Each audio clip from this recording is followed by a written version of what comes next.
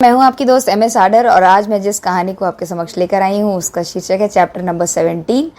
हिमांग और सौम्या की छोटी सी बात उनके बीच की कड़वाहट को पिघला रही थी। दोनों अब एक दूसरे के करीब खड़े थे और उनकी सांसें एक दूसरे से मिल रही थी। सौम्या ने हिमांग से कहा, तुमने आज रीटा की बहुत मदद की, तुम्हारा दिल बड़ा है। उसकी आवाज में कोमलता थी। उसकी उंगलियां हिमांग की वर्दी पर हल्के से फिर गईं। हिमांग ने जवाब दिया, और तुम्हारा दिमाग तेज। हम दोनों मिलकर किसी की भी जिंदगी संवार सकते हैं, शायद एक दूसरे की भी लाइफ सेट कर सकते हैं। इस बारे में जरूर सोचना। उसकी गहरी आवाज में एक अजीब सी गहराई थी और उसने सौम्या की कमर पर हाथ रखा। सौम्या की सांसें तेज हो गई और उसने हिमांग की ओर देखा। उसकी आंखों में एक अनकहा वादा था। उसने हल्के से मुस्कुराया और उनके बीच एक प्रेम का बंधन पनपने लगा। इधर राहुल और आयुष की नजरें अभी भी कैथरीन पर थीं। कैथरीन की नीली ड्रेस उसकी गोरी त्वचा पर चमक रही थी। उसकी लंबी जुल्फें हवा में लहरा रही थीं। उसने सौम्या से धीरे से कहा, ये आयुष मुझे ना थोड़ा अजीब सा लग रहा है। उसकी नजरें, उसकी आवाज में एक हल्की घबराहट थी। सौम्या ने उसकी बात को बीच में काट दिया। चिंता मत कर, मैं हूं ना। अगर जरूरत पड़ी तो हिमांग को बोलूंगी, वो उसे समझा देगा। उसने कैथरीन का हाथ थाम लिया और उसकी उंगलियां कैथरीन की हथेली पर एक बहन की गर्माहट सी छोड़ गई। कैथरीन ने राहत की सांस ली, लेकिन अभी राहुल ने फिर से कैथरीन को छेड़ा। कैथरीन, एक डांस मेरे साथ। उसकी आवाज में एक शरारत थी। इस बार हिमांग ने एक सख्त लहजे में कहा, राहुल बस कर, उसे परेशान मत कर यार। उसकी आवाज में एक सैनिक की दृढ़ता थी। राहुल ने हंसते हुए हाथ ऊपर किए। ठीक है मेजर साहब, मैं हार मानता हूँ। उसकी हंसी मंडप में गूंज उठी। शादी की रात अब अपने चरम पर थी। कृति और देव एक दूसरे के साथ नए जीवन की शुरुआत कर रहे थे। कृति ने देव की बाहों में सिर टिका लिया और उसकी सांसें देव की छाती पर गर्म हवा की तरह दौड़ रही थी। देव, तुम मेरे लिए हमेशा रहोगे ना? उसने फुसफुसाया। देव ने उसे अपनी बाहों में कस लिया और उसकी उंगलियां कृति की पीठ पर हल्के से फिर गईं। हमेशा कृति, तुम मेरी जिंदगी की रोशनी हो, उसने कहा और उसने कृति के होठों पर एक गहरा किस अंकित किया। कृति की सांसें तेज हो गईं। उसकी त्वचा पर एक सिहरन सी दौड़ गई। वही रीटा ने सोच लिया था कि वो अपनी माँ को शहर लाने में एक आखिरी वापस से कोशिश करेगी। उसने सौम्या से कहा, मैं माँ को प्यार से समझाऊंगी। अगर वो नहीं मानी तो मैं गांव का केस छोड़ दूंगी। मेरी शांति ज़्यादा ज़रूरी है। उसकी आवाज़ में एक दृढ़ता थी और सौम्या ने उसकी पीठ थपथपाई और बोली, ये सही फैसला है। उसकी उंगलियां रीटा के कंधों पर हल्के से फिर गईं और उसकी मुस्कान में एक दोस्त की गर्माहट थी। रात के अंत में जब मेहमान विदा लेने लगे, हिमांग और सौम्या एक कोने में खड़े थे। हिमांग ने कहा, सौम्या, आज तुमने रीटा की बहुत मदद की। तुम सच में खास हो, बेहद प्यारी इंसान।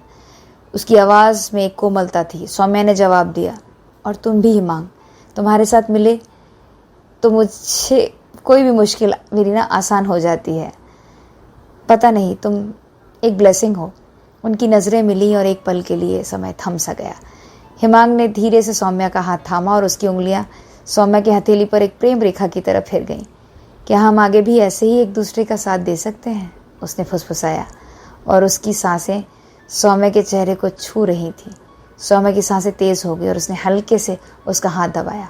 हाँ, क्यों नहीं, उसने कहा और उसकी आंखों में एक जुनून वाली चमक थी। राहुल ने दूर से आवाज़ लगाई, हिमांग, सौम्या, अब इधर आओ यार, विदाई का टाइम हो गया है। दोनों एक दूसरे को देखकर मुस्कुराए और भीड़ में शामिल हो गए। शादी की विदाई के बाद रात और गहरी हो चली थी।